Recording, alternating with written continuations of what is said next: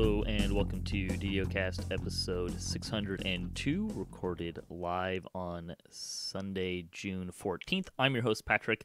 I'm going to do the news section by myself this week. There's not a lot going on. I want to try to get through it a little quicker this week so we can get to the discussion we had with Arkat and Nimvind last week for the Ask the Devs kind of post-discussion is what I'm going to call it. So we talked about kind of some follow-up from the stuff we learned from the Ask the Devs we did with episode 600, so that's what you can look forward to coming up. The screenshot this week is Zarin looks for Doris in the 467th DDO screenshot of the week. Thanks for sending in this week's screenshot. Yeah, nice little shot there. We like to talk about Dungeons & Dragons online nearly every weekend. You can catch us through Twitch, YouTube, the DDO forums, iTunes, or from our website at DDOCast.com. DDOCast is hosted by Cyber Ears, the awesome podcast hosting network, and shows are usually available within a few days of recording. Next show will probably be next weekend, and you can stay updated by following us on our social media pages or our website, DDOCast.com, with our calendar. On the podcast this week, like I said, we're going to cover, not really cover, but go over and talk about as players the Ask the Devs episode we did a couple weeks ago with Arkat and Nimvind. That'll be on the back half of the show, of the finished show. We recorded that live last week. Pretty good discussion. I think you'll enjoy it. Like I said, we recorded that with the update 42 patch 1 or 2 or whatever it was release notes. And it just went super long, so we cut that out, and we're going to put that in with this show. But then we'll just kind of cover the normal stuff today. Like I said, there's not a huge amount of game news, but we'll cover that. And we'll just start there. We did have a patch, or a hot fix, officially, update 46, patch 2, hot fix 1. And then we actually had another hot fix after that. The release notes for that patch that were released on Tuesday, June 9th. The fixed an issue with some random loot material types were displaying incorrectly. So just kind of a quick little fix there. The Crumbling Jewels of Fortune.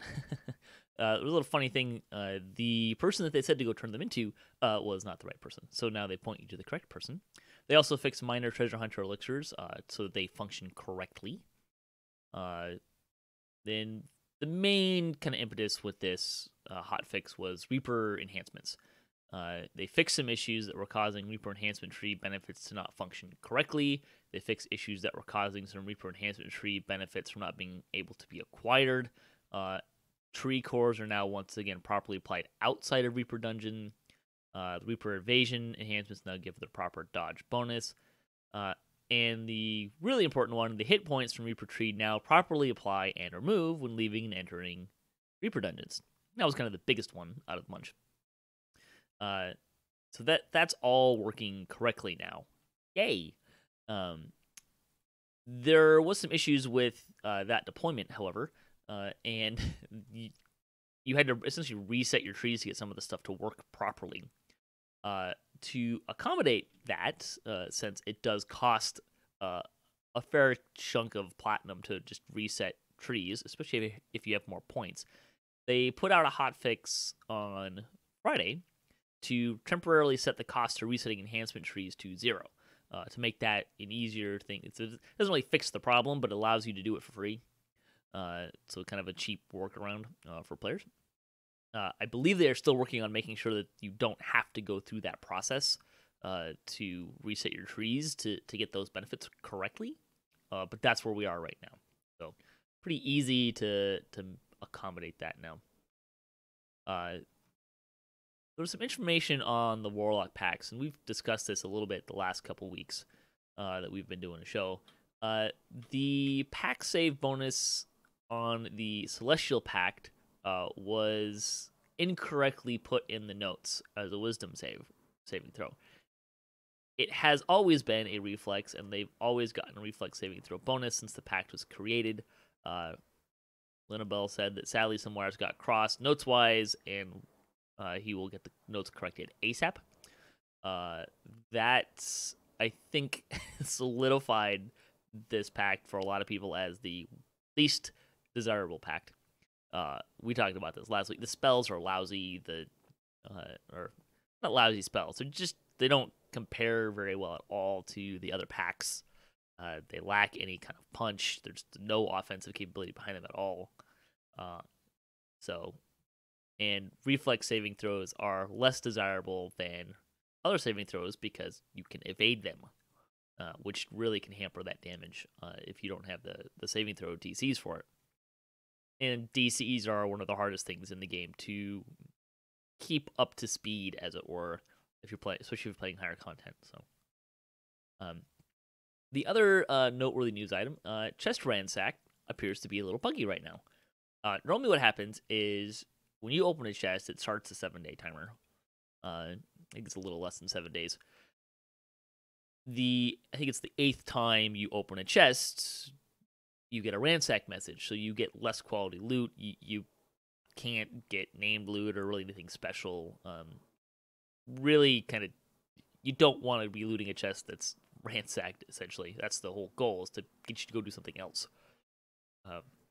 Well, it appears that some players on some of their characters are having an issue where the first time they loot a chest, it's already on ransack, or they're getting ransack messaging too early. Sandstone Games is looking into that, but we don't have any word on what that's going to look like in terms of timeline or fix or anything like that. Let's see. The bonus days for the week. Buddy Boost Weekend. 5% XP for every member of your party or raid group now through June 14th. As far as I know, we're not getting the VIP Buddy Boost that they're going to introduce yet, and they have not said when they're going to introduce that. But everyone gets one this week. Let's see. Store news. Select expansions are available for 99 points through August 31st. That would be the Menace of the Underdark and Shadowfell Conspiracy on sale. Again, that's just in the store. That's not the packs that you can buy. So you're just buying the content. You're not getting the other ancillary stuff. If you still want those, you still have to go to the market and buy them, and they are not on sale there, unfortunately. Also, don't forget to use the coupon code DDO free quests so you can get your free quests. Even if you're a VIP, make sure you use that before August 31st so that you can get permanent access to all of the adventure packs through update 46. The sales, Monster Madness, you get 25% off of monster manuals, Slayer Boost, select creature companion certificates and tricks, and creature and companion renames. Now through June 18th. You can also get 10 free plus 2 Thieves tools with the coupon code THIEVES2. That is probably one of the worst freebies I have seen in a long while. But hey, if you're in a bind this week and you need some Thieves tools because you forgot some, you can get some for free this week. So yay.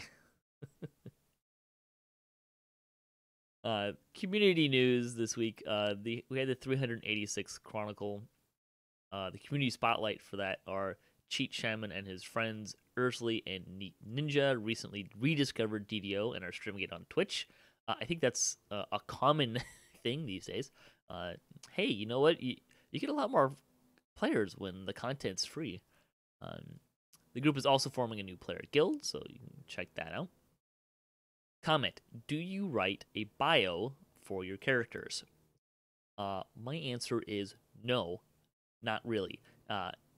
My character names do have an origin, and I do put that origin in the bio usually, but I don't create a bio for them or anything like that. I think at one point on my Bard I put a poem that I kind of wrote / tweaked or something like that to reference someone else, just kind of for fun, but that's as close as I have ever gotten to writing a bio.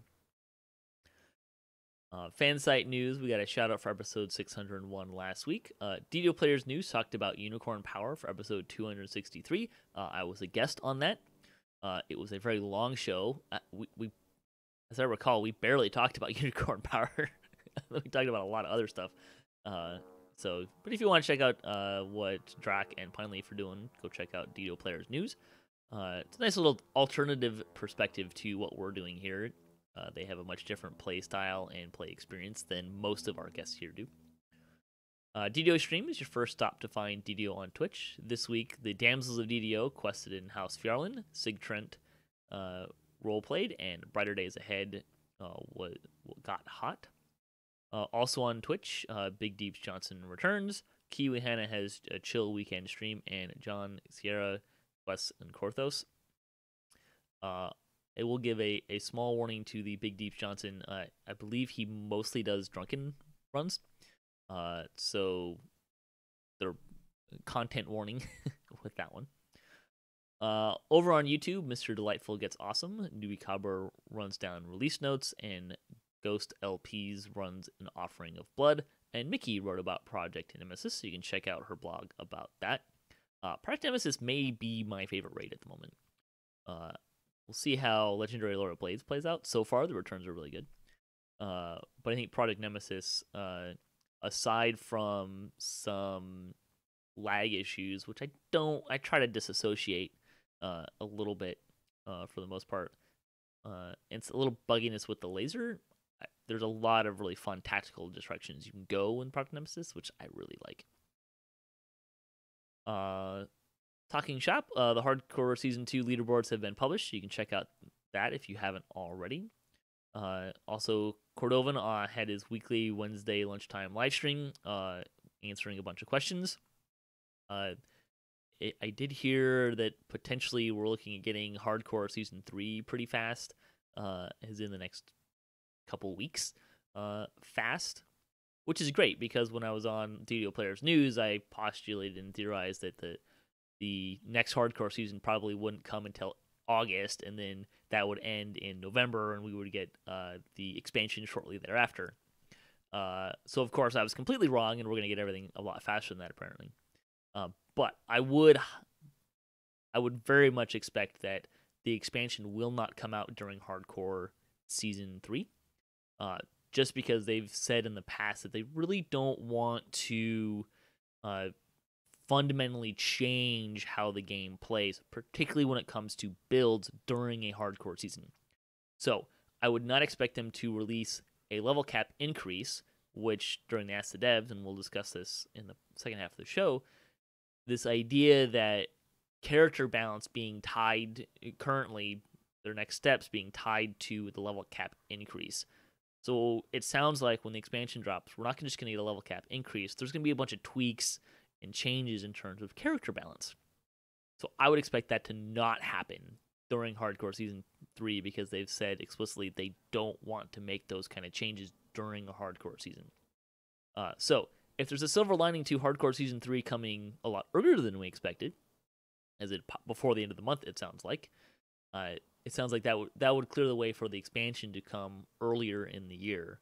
I think if Hardcore Season 3 dropped around August, probably that would mean that, we went for 3 months again. You're looking at November for that, which means the expansion would come out between Thanksgiving and Christmas. But if you move all that up, hey, we can get the content earlier. So, D&D Night in DDO stream. Don't forget to check that out Sundays, 7 p.m. Eastern Time on twitch.tv/DDO stream. We run on Fantasy Grounds, do a bunch of stuff there. I do a couple of shows there as a DM and as a player with Evil Beaker. This week is Stormreach Chronicles, which is my 5th edition Fantasy Grounds adaptation of DDO. We're still on Korthos Island. Almost a year after we started. It goes a little slower when you're doing it in pen and paper, both from the creation and the playing standpoint. Also, don't forget to check out DDOCast Splat on Wednesdays at 5:30 p.m. Pacific time. That's when we usually play for that static group that we play on Kyber. We end up with Soul Stones a lot. We did Mark of Death this week. It was a lot of fun. And then we started Slave Lords. Just kind of hang out, play DDO, and have a lot of fun. And usually trying to push the difficulty level a little bit. So, all right, that's going to close out the news portion of this show. Like I said, there's not a whole lot going on this week.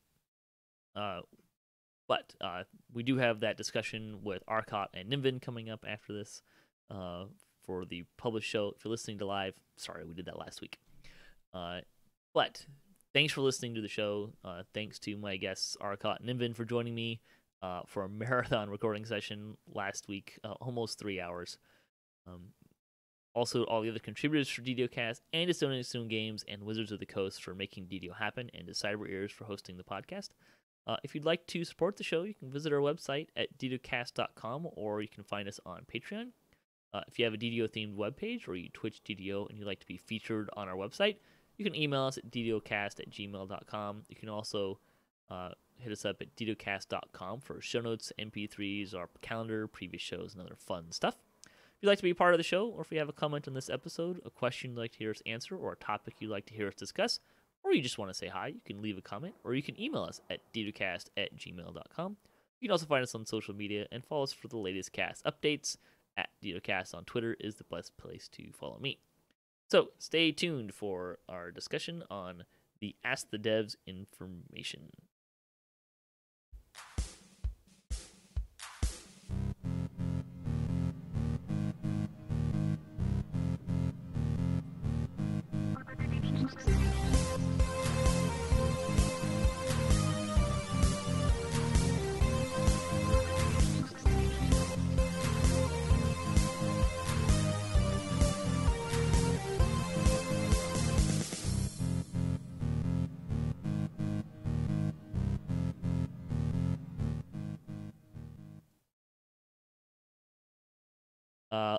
Okay, I did want to take a little bit of time to talk about the Ask the Devs and kind of unpack some of that information. Hopefully we're not here too much longer, but, you get what you pay for.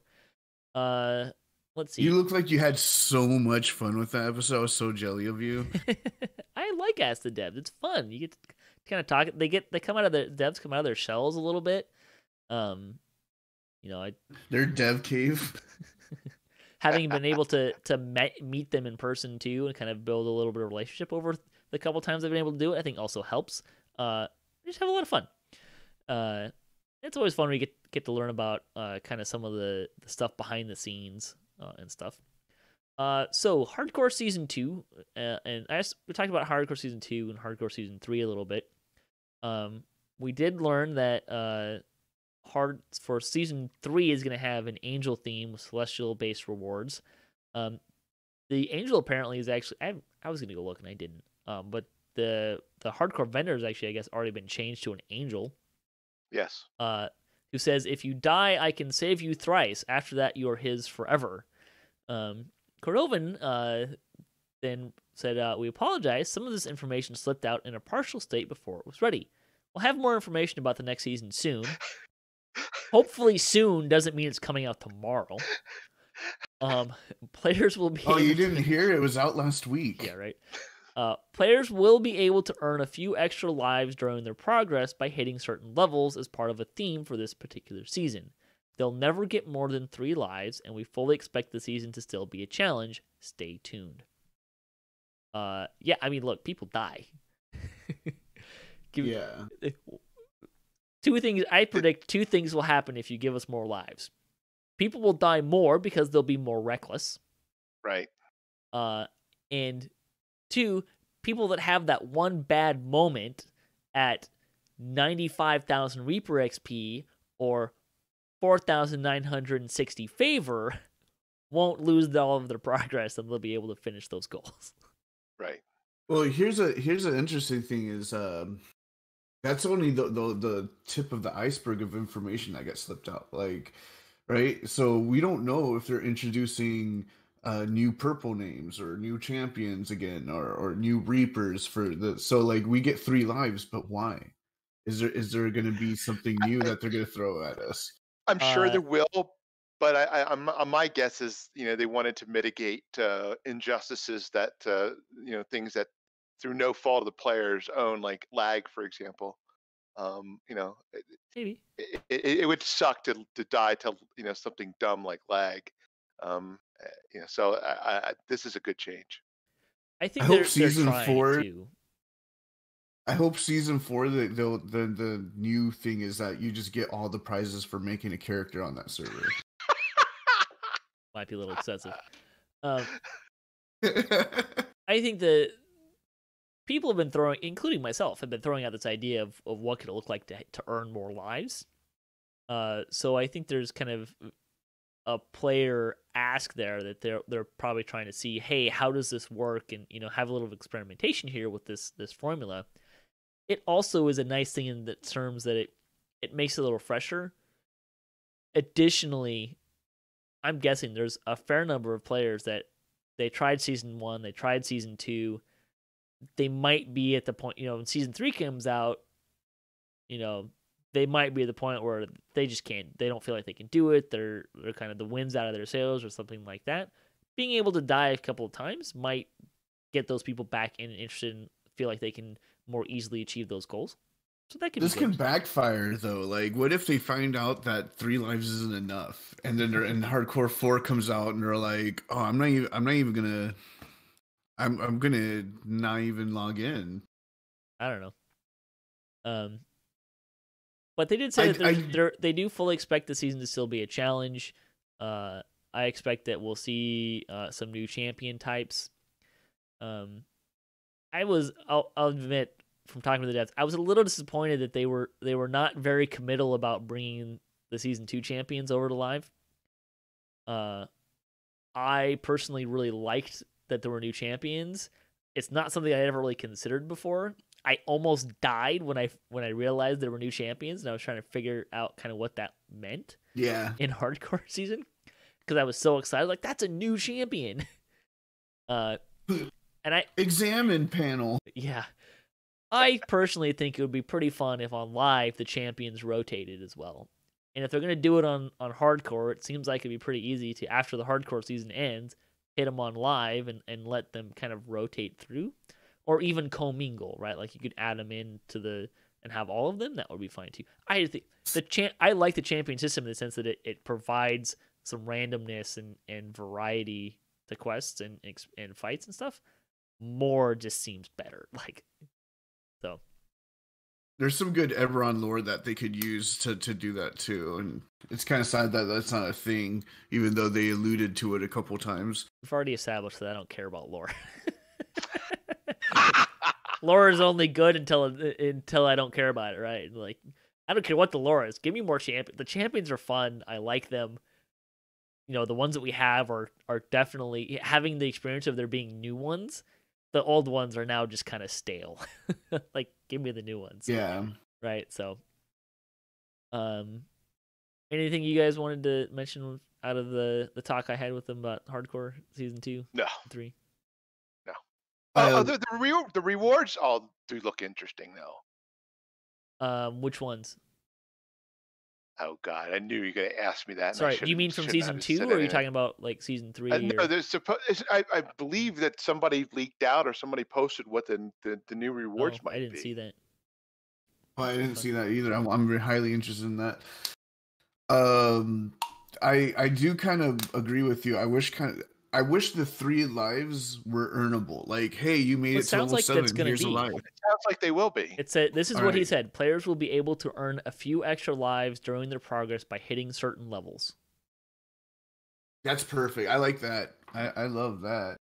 I still think it'd be kind of interesting if it was a mechanic that you had to spend your progress to get there, right? Like, it wasn't just like as part of your progress, but like, let's say you're going for 100,000 Reaper XP. What would it look like if you could buy another life for 20,000 Reaper XP? Ooh. Right? Or 10,000 Reaper XP or 500 favor or something like that, right? So someone in the chat is saying it shows what the rewards are on the vendor if you attempt to claim them. Right. Yeah, but like if there's a physical actual visual of what they look like, that'd be cool. I would. Sure. Yeah, this hardcore season 3, I might actually try. Welcome to join us. I think it's a lot of fun. Generally, hardcore season 2 was not as fun as 1 because I think some of the fun wore off. But too soon too.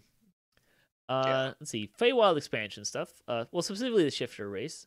They did talk about how shifter, learn a little bit how shifter is going to work. So shifting will be similar to Barbarian Rage. I think I saw someone posted it like, oh, so your Barbarian Rage don't get shifting bonuses. No, I don't think they're supposed to be one and the same, right? I think it's supposed to be a similar mechanic. Was my understanding of how that was going to work. I know, Arkat, you were kind of excited, I think, about the idea that an iconic barbarian that uses hand wraps as a weapon style. I was really excited. I'd like to see how it works. I mean, there's still part of me that's still demoralized over the Great Monk nerf from like 2 years ago. We should just call it the Everything is Nothing nerf, but well, that, and plus they really nerfed how much damage the hand wraps do. They took a half a die here and full die there and that sort of thing, and that sort of really just demoralized me. I mean, I totally re-outfitted my monk. I got 330 more hit points. I'm sitting at just over 2,100 hit points now, and I thought, well, maybe that'll be enough to get me over my funk of playing monks, and it's not. I'm still a little bit butthurt over what they did to the monks 2 years ago. But maybe the iconic shifter, maybe that'll be different enough that it'll I'll look at it as something as not a monk, and maybe just appreciate it for what it is. Sure. I don't know. We'll see. It'd be interesting to be able to have hand wraps and armor on the same character. So the MRR would be would actually be reasonable instead of 50 or 90. Yeah, that would be good. Do you have to be centered to use Everything is Nothing? Yes. Oh no. I don't think you do. I would assume so, but I don't know for sure. It's a Grandmaster of Flowers thing, so I don't know. Maybe not. I think they kind of took a lot of the centered stuff out of it to begin with, but yeah, you might be right. You might not have to be. They did talk about scope will be similar to previous expansions. I don't think anyone's surprised by that. It would be interesting to see if they have a new universal tree and what that could possibly be.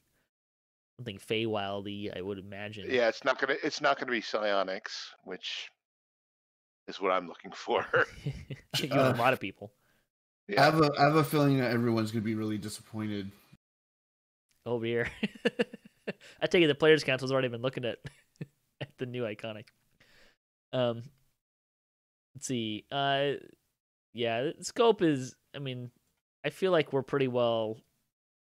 We should know what to expect from an expansion at this point, since we had Ravenloft and Sharn. I would expect the price points and the kind of to be fairly analogous to that kind of stuff. In my recent live stream, I actually went back to back with Ravenloft and Sharn, and I realized that there's some similarities. Like they both give you 5 Mirrors of Glamoring, 140 Astral Shards. Of course, the 2 hirelings, one heroic, one legendary, 2 sets of cosmetics, 2 pets, an ability to transfer teleport to the new expansion, like a teleport item on the bigger packs. Also, something that has to do with storage. Ravenloft gave us Shared Bank. The other one gave us a Dimensional Augment Bag and a Universal Tree. We might be getting a unicorn instead of something, a storage thing, but whatever. I am expecting a unicorn mount with the highest, the high-end expansion. That would be my guess. Yeah. Yeah. If not, then look, we're gonna get unicorn mounts because they're gonna sell like hotcakes. Like it's gonna happen. Kidding. You know, it'd be hilarious if the item to teleport you to the Feywild was a unicorn.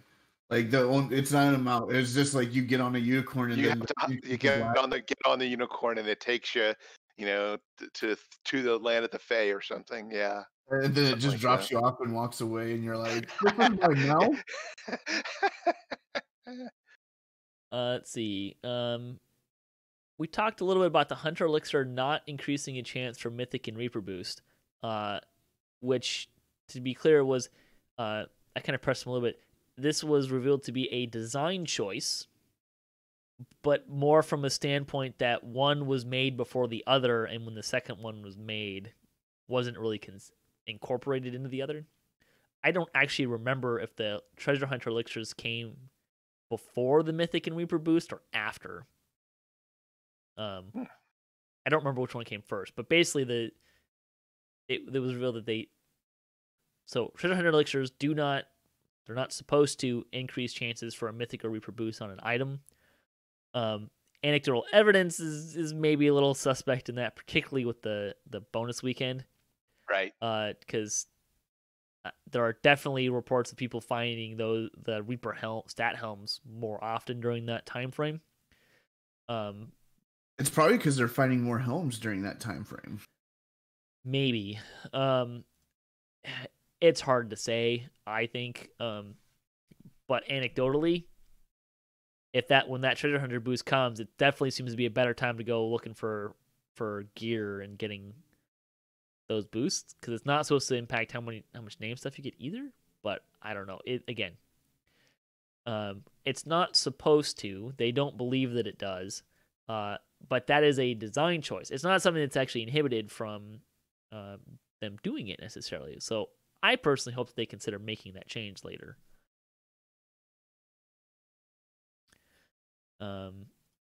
Legendary raids. Well, hey, I talked a little bit about Lord of Blades, which it was a lot of fun. So we know now that Lord of Blades, Master Artificer, and Vision of Destruction will be have legendary versions with update 47. So how do you guys feel about those raids coming out? I think that's great for you. I your favorite raids becoming legendary. I'm really happy for you. I sense that maybe they're not your favorites. Well, it's not that they're not my favorites. They fell into this blind spot of my gaming career where it's just like, oh yeah, those things exist. Oh, House Kenneth, yeah, I totally remember that place. Where was it again? I never been there. I got my boots of propulsion. I got my favor once, and then but I guess they're bringing the sexy back into House Kenneth. That's nice. I'll have a reason to go there again. VOD, I'm super excited about. VOD is my raid. If these 3 raids were like football teams, I'd be with the full body paint VOD. Yeah, same here, Nimvind. I Vision of Destruction is easily my favorite of the 3, and I am so super looking forward to a legendary version of Divine Vengeance, or rather, Divine Vengeance. The Bard's Cloak has to be the sickest thing. I hope they make Cloak, sure, Omniscience, all those sort of things. I'm really looking for, and the Tharn set, the Tharns, the goals and the bracers, and the set bonus has got to be something, got to be crazy, and I'm super excited for Vision of Destruction. I really am. They have to make just the fact that they made the epic Voice of the Master. They have Tharn's Goggles is a classic, freaking famous piece of gear for us old school DDO players. Like, that thing needs to have it should be like an artifact set, like the only artifacts that you can wear together because they belong together, and it would be cool. An artifact set. Wow, that would be sick. Interesting idea. I don't know. It would not shock me if we didn't have any artifacts from these. Yeah. Go on, say it. In fact, you know what? I thought about this morning and just shuddered, and I thought, well, maybe they'll do completely different items for legendary Vision of Destruction. No Divine Vengeance, no Tharn's Goggles, no Tharn's Bracers, no Omniscience, no Bard's Cloak. None of that stuff. Then maybe it'll just be, I don't know, 10 or 12 completely new items, and that would be a shame. That would be a real bummer. That would be a bummer. There's definitely an opportunity there to have legendary versions of those items. Lord of Blades and Master Artificer, not so much because of the crafting system, which we know that they're not going to do. a crafting system for legendary. It's just going to drop the stuff. And in fact, alchemical crafting is going to have its cost removes. Great. I wonder what it's gonna look like. You're just gonna get like if 3 axes drop, and you're like legendary air hand axe, legendary fire hand axe, like because they're all elemental minded, right? My takeaway was that it was going to be like a set of weapons like Too Hot to Handle or Baba, Strahd, Product Nemesis, that kind of a thing. Like there'd be specific ones, not that they would drop with specific kind of combinations. Although there certainly would be an opportunity there, and it could be interesting. Although I would say from a standpoint of, I think that complicates things from a raid loot standpoint, especially when you consider what does buying a weapon look like. Do you just get one like you pick your weapon type and you get some random stuff on it? I would be okay with that if the costs were lower than 1,250 runes. Yeah. Like if you it don't was wanna... if it was 500 runes and you could get a random one, sure. Like I would go for that. But if you're going to randomize things, the drop rate I think is going to be more of a concern. I think it would, just keep it the things on the legendary weapons, something that is universally shared for elemental types. Like, how Magma Surge has is the fire, the version of this and that, and there's just keep something, and then if it's an air version, just do a lot of electric stuff, right? But have the enchantments be something that you can also do with a fire themed weapon. It kind of would be silly to make some generic elemental bindings, considering the lore that you probably don't care about. But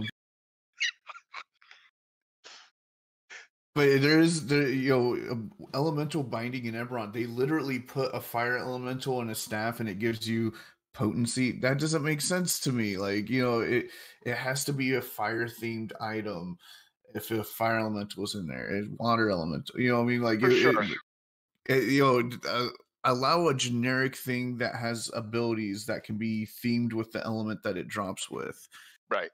Well, that's what they did with the random loot with things like 1,000 Suns. I mean, you got you get the I think it's a suffix 1,000 Suns, and then you got 3 randomized powers that all were basically fire or light themed, so that made perfect sense.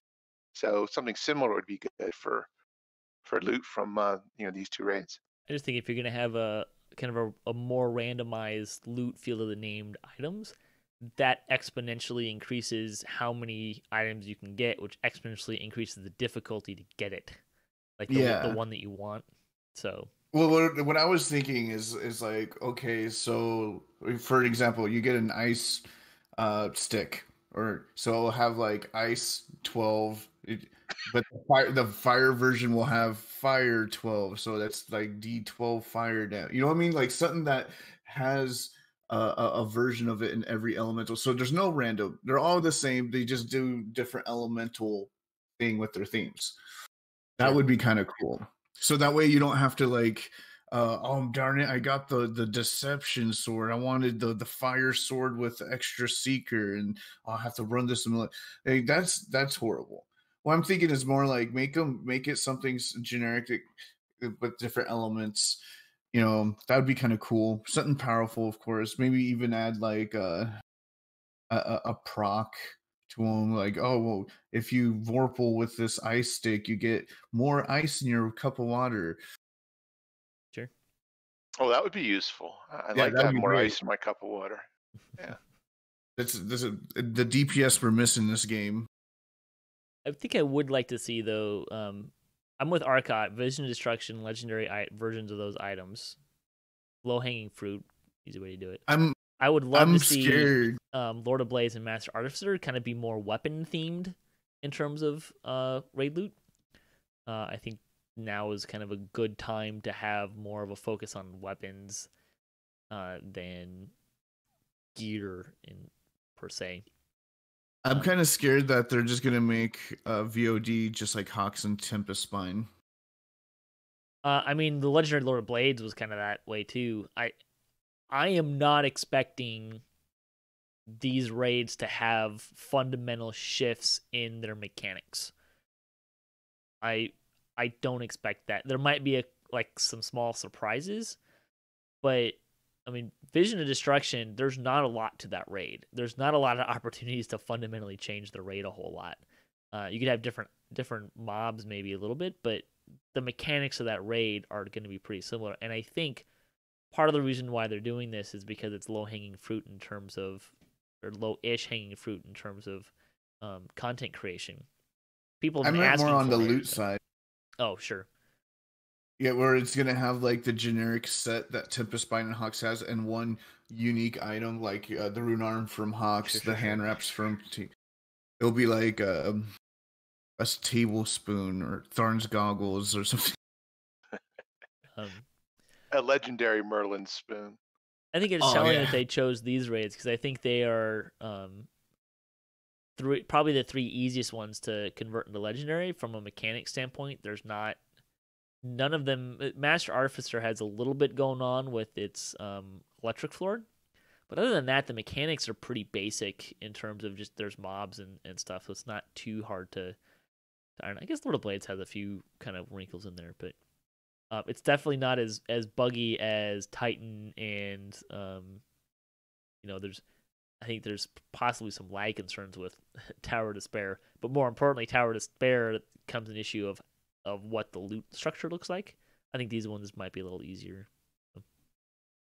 They could easily just make it like the legendary green steel. Just you make augments and you put it in your ring, and you're like, cool. I mean, I those are coming. That's how I feel. Those are the raids I wanted to, but I knew Titan had no shot because Titan's not a raid. Titan's a 20,000 bugs and glitches. Kind of glued together. Hidden behind a huge long pre-raid.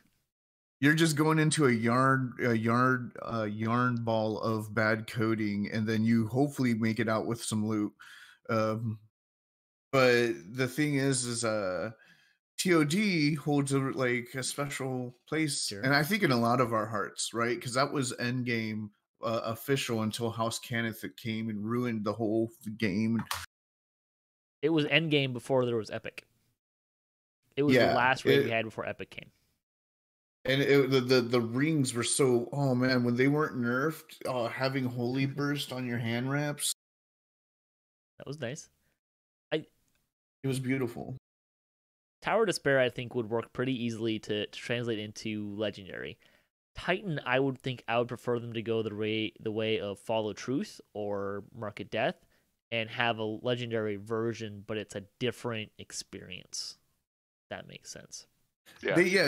I could see them using that to bring back some Dreaming Dark story, but it would be funny if they're like, hey, you know that giant indestructible ancient Warforged Titan that you shut down? He's like, it turned itself back on. Go back in there. Like, I'm for a story out point, I would be like, if they go with the Fall of Truth, I would like to see the Quarry start using that thing against us, and there would be a mixture of monsters, a new raid loot that would go great with fighting the Quarry, because there's a very small amount of that.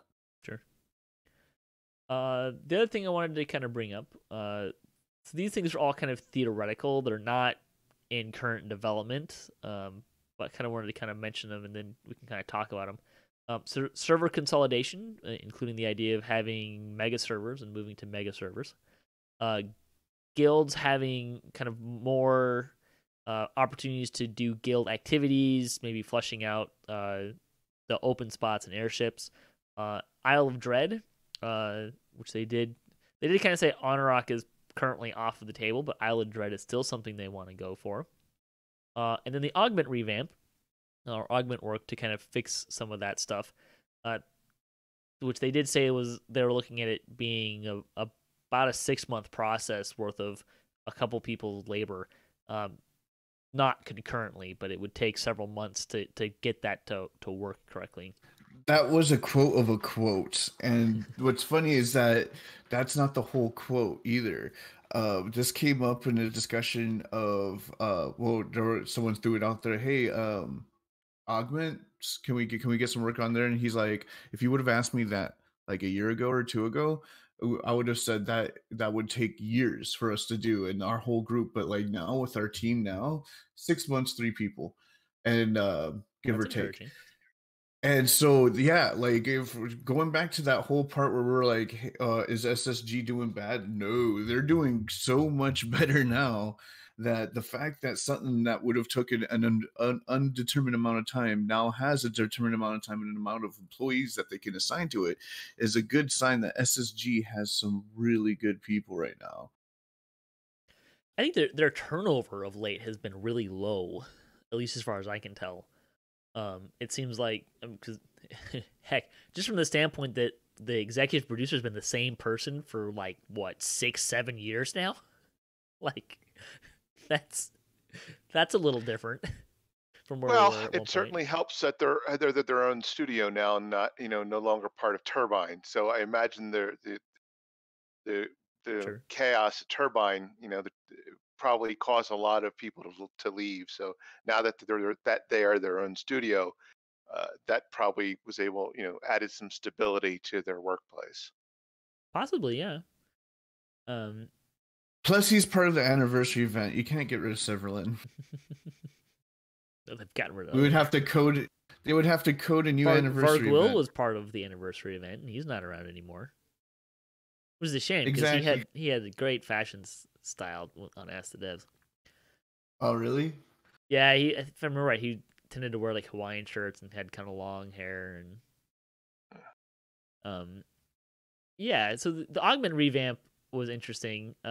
They've done some kind of that's the one of the 4 is clearly the most far along in the sense they've actually like have done like design work in the sense of this is what we'd like to do. They know kind of what it would take to do that. They just haven't done that work. Which I think of the 4 is the one that I would like to have the most. Is an augment revamp. Yeah. And I don't know what they're planning on doing, but I was kind of thinking about this last week, and I kind of almost want them to just say like, here's an augment of like instead of most augments having a minimum level and various versions per level, kind of almost be nicer if it was just like, here's a diamond of spellcraft. It keys off of what the minimum level of the item scales. is. Yeah. Yeah. Having be scalable effects. Yeah. That would be kind of nice. That would be cool. I would like there to be kind of, I don't know. It's kind of, I know people are gonna be like, no, Nimvind, no. I kind of wish that you can crunch items into augments, and that one of the effects of the items would turn into an augment. There would be a little randomness, but like, hey, I have like 40 boots of freedom of movements, and I just keep crunching until I get an FOM augment, and I'm cool, or something. I don't know. It would be kind of cool. Interesting. Not sure I'm on board with it, but it's an interesting idea. I would just like to see they don't scale anywhere near what the scaling effects are right now based on level. No, I think it'd be more interesting and more flexible to have something that most of its effects were kind of scalable, right? And you could put it in, say, hey, I want vitality on this item. Here you go. Now it scales with that item. And they can still have the unique items like the spooky bonus to wisdom, augments. Yeah. No, it would be. It'd be interesting. Some of the ones that would be fun too is, do you remember the old ones they had for Devil's Assault? Yes. That were time based. They expired. Right. Expiring augments could be interesting, depending on what they did with them. But the guild augments too. Yeah, they had those too. I don't need the guild system to come back. Yeah, I don't need guild augment system. No. Well, the rune, the devil's rune, and all that. That was basically very similar how it worked. Sure. You augment it, it's timed, you re-up it. The interesting thing is how the proposal, which I like yours proposal way better than it is now, is like if you put a level 28 augment and level 15 item, that level 15 item is level 28. But right. If you just have a generic augment that you put in level 15 item, its enchantment will be level 15, which would be more appropriate. I think especially for like the skills ones, the ones that do damage, Yeah, they easily scale. the ones that have scaling versions, right? Like just Right. make them scale, just scale off the Yes. item instead of so you don't have to find the right one. I think that would be just way easier, way better. And we even have some augments that already do that, right? The meteoric, the damage burst ones, all scale. Yeah, the ruby eye augments, so they all Yeah. scale. Yeah. And like that doesn't mean that we can't have ones that are unique, right? Like the Globe of Imperial Blood, or I think the Crushing Wave Guard would be one that would be pretty easy to scale.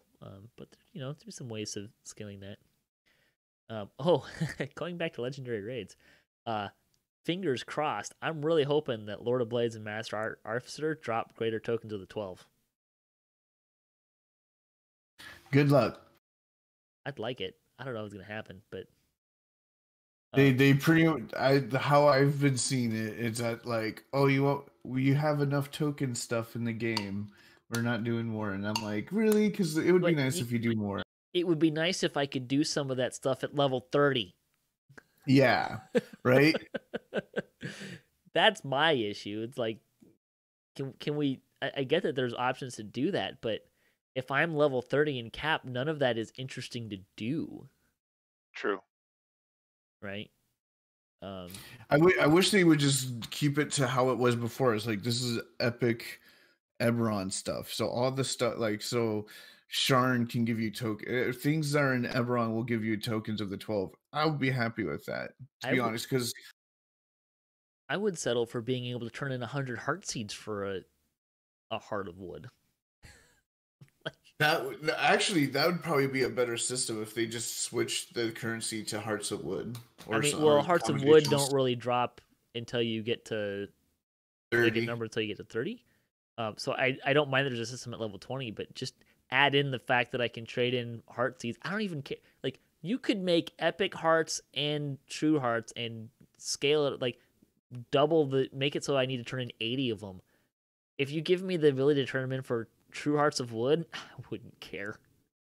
I'm in. Yeah, well, like Commendation of Valors are also alternative currency for those hearts too, the epic, and so like if we could just use heart seeds and comms of valor, that would be sweet.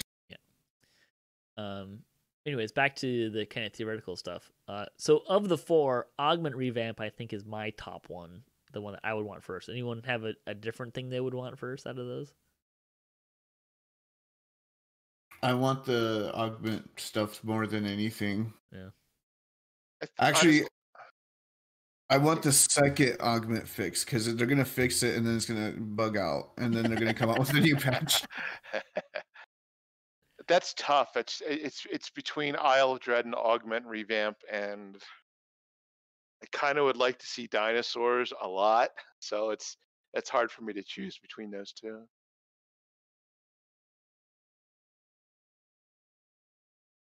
Yeah. More dinosaurs would be cool.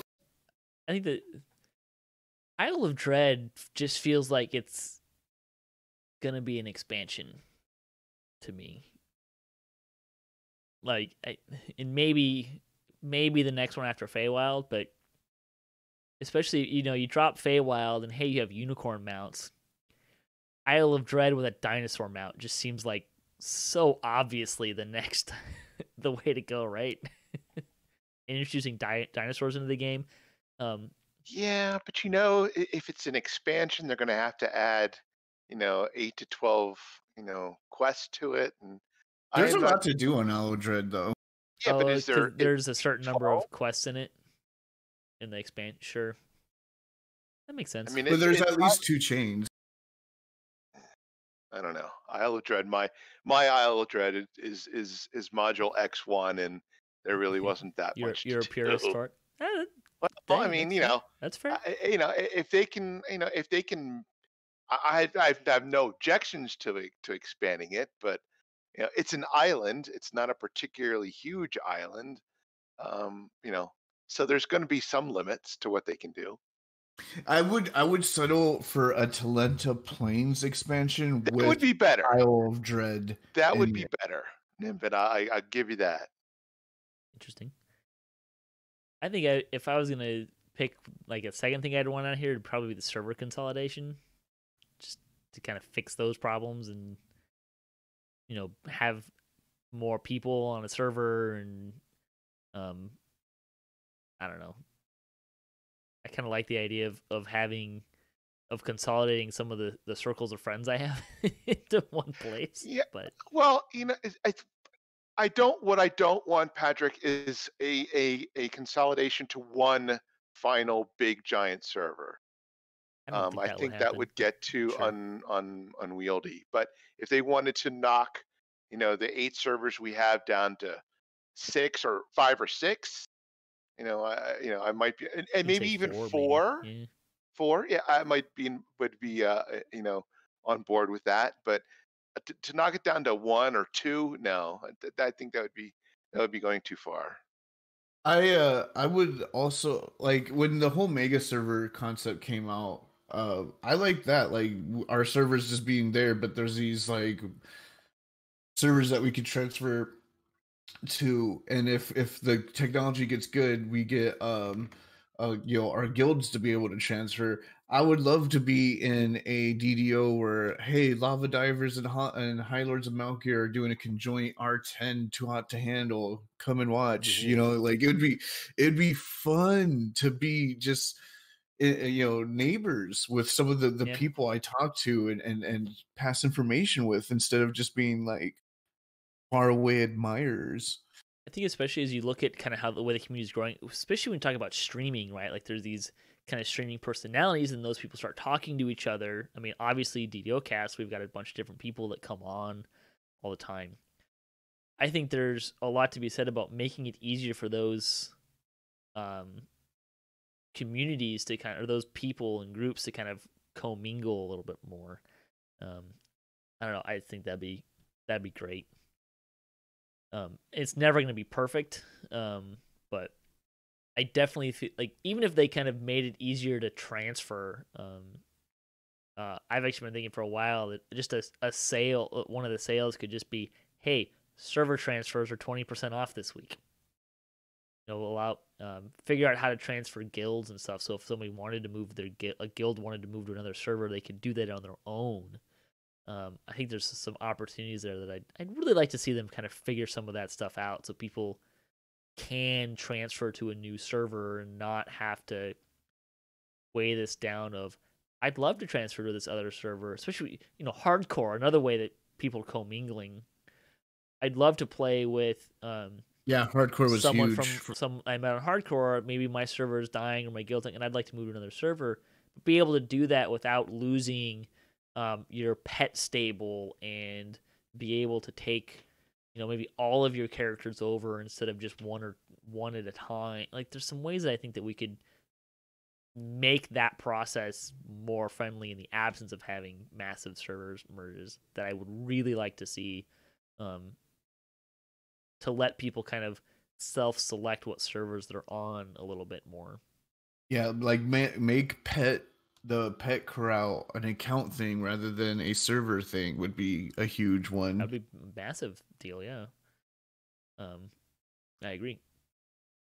The guild stuff I think is interesting. Like I would love to see them fill out a guild airship, and even more, I think in a perfect world, or in the world that I would like to be in, I would love it if guilds had something that they could continually work towards. In terms of, like, give me a reason to want to keep getting renown. What that is, I don't know, but like maybe expiring buffs or something like that you have to keep getting renown to get, or something to that effect. But also, I think it'd be really interesting and intriguing from a gameplay perspective of, what if even the biggest boat didn't have enough room to hold all of the possible guild buffs? I mean, one, we should be able to fill every room on the boat at this point, right? Like they've been out long enough.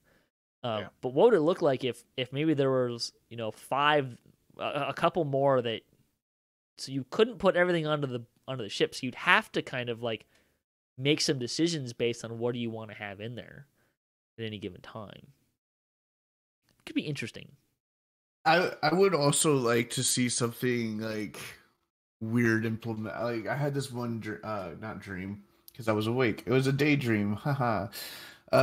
Where like let's say you know how we open up the map and there's actually expanded. You can actually see Zendrick if you expand out and would it be cool if there's a guild map where like it's not a physical place you can go to but guild territories and that you can do like it can be a way of bringing guilds and PvP maybe or some kind of challenge thing where you compete in a challenge and whoever gets a bigger score or there's a PvP alternative and you can compete for territory in this map even though you can never physically go there. You just check the map and you're like, oh, it looks like High Lords has grew their territory by 50%.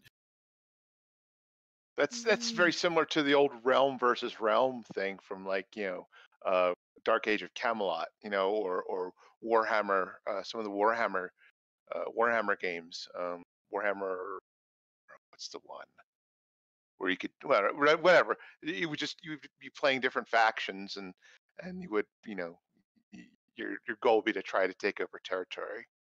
So yeah, that could certainly work in DDO. I'm not so sure I'm into an idea of like guild versus guild as much in terms of like an actual game mechanic. I'm fine with like the forums like, hey, we're guilds pushing each other to do harder content and stuff like that. That's cool. I'm not sure I'm totally on board with what you're talking about, but I don't know. At the end of the day, like one, let's fill out the guild airships. Stretch goal, give me some interesting options that maybe my guild doesn't want this particular buff, but maybe we want this other one. Especially would start thinking about like, hey, a loot boost. Actually, I think we probably have that now. Because there was I think a +1 to chest that I assume is now plus to loot instead. At least I think that was a thing. But fill out the guild airships, maybe give us a couple extra ones, and give me a reason to keep getting renown. Yeah. I don't know what that guild looks housing like. would be nice. Guild housing, something like that. Yeah, for every X number of points of renown you get another room. So so the officers get their rooms first, and then the membership gets theirs, or something like that. It doesn't have to be that. It could be something different. But but actually getting putting different rooms in the guild airship or someplace in Stormreach. It would be kind of cool because no, I actually didn't want that until I did the Dreaming Dark. And if you do the Dreaming Dark and you've done all the classic raids, the Dreaming Dark Council is like, isn't that Nimvind who killed the Vela dragon? Isn't that Nimvind who went to the chronoscope? And like, what if you had a spot that literally changes from up and down through TRs, of course, depending on what exactly you've done in the game. Like, oh, there's a horn from an Umber Hulk because you did the Lord of Dust chain, and it just has and just gives you a little bit more storage, like a little locker in the area where you can put little trophies or something, or maybe even the ability.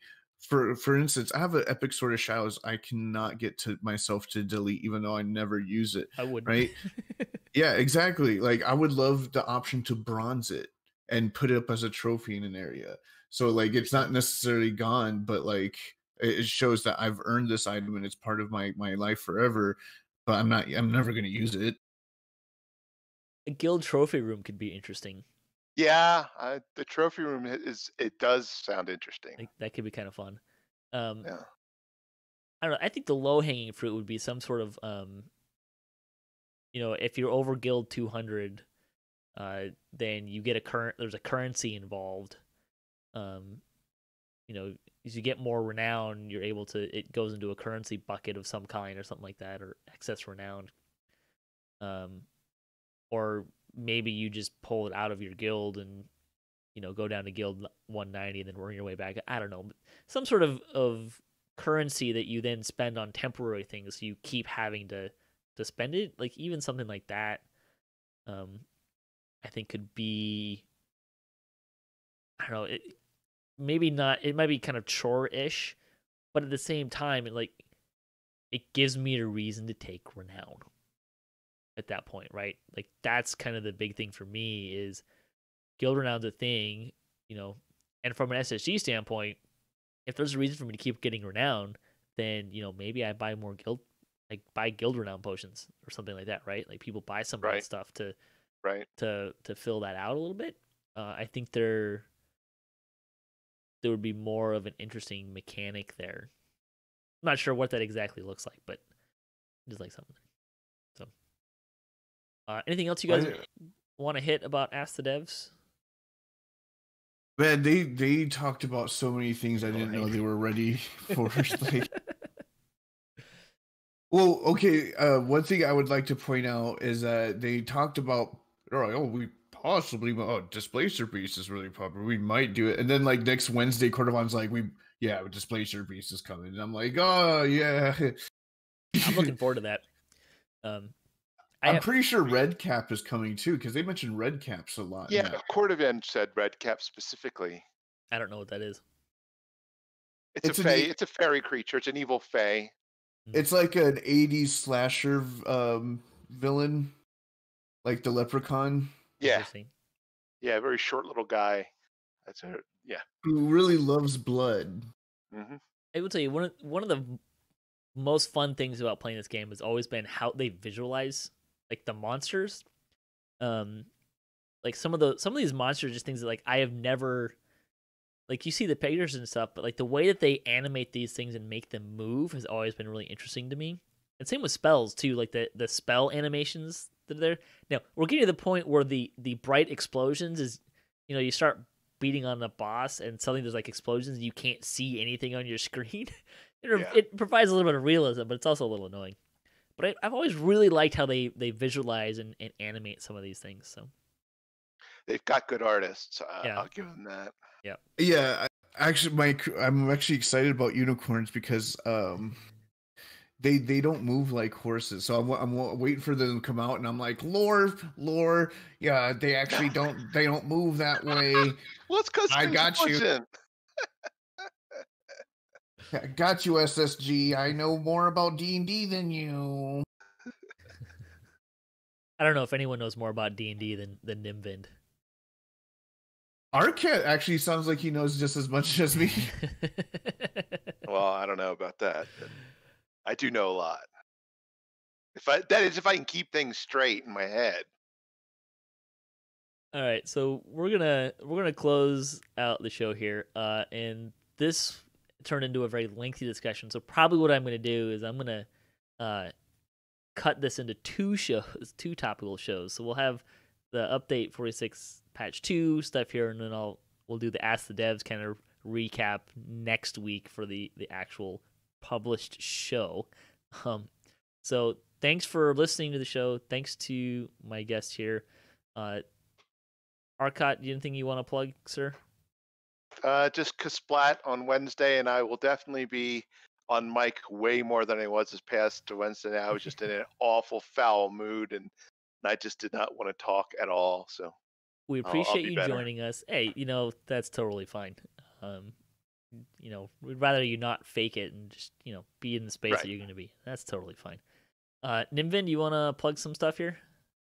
Besides the toaster, I have a Twitch channel, twitch.tv/Nimvind. I also am on YouTube. You can just search Nimvind Dirtsinger there. And I'm a High Lord of Malkir, which means that public raids are posted in our Sorlona forums. Come check us out. We're a friendly bunch. And yeah. Well, thanks to you guys. Thanks to all the contributors for DDOCast and to Standing So Games and Wizard of the Coast and to Cyberbears for hosting the podcast. If you'd like to support the show, you can visit our website, DDOcast.com, or you can support us on Patreon. If you have a DDO-themed webpage or you Twitch DDO and you'd like to be featured on our website, you can email us at ddocast@gmail.com. And you can hit us up at ddocast.com for show notes, MP3s, our calendar, previous shows, and other fun stuff. If you'd like to be a part of the show, if you have a comment on this episode, a question you'd like to hear us answer, or a topic you'd like to hear us discuss, or you just want to say hi, leave a comment, email us, ddocast@gmail.com. You can also find us on social media for the latest cast updates. At DDOCast is the best place on Twitter. So until next time, may all your attack rolls be crits, all your chest level appropriate, have fun, and don't forget to gather for buffs.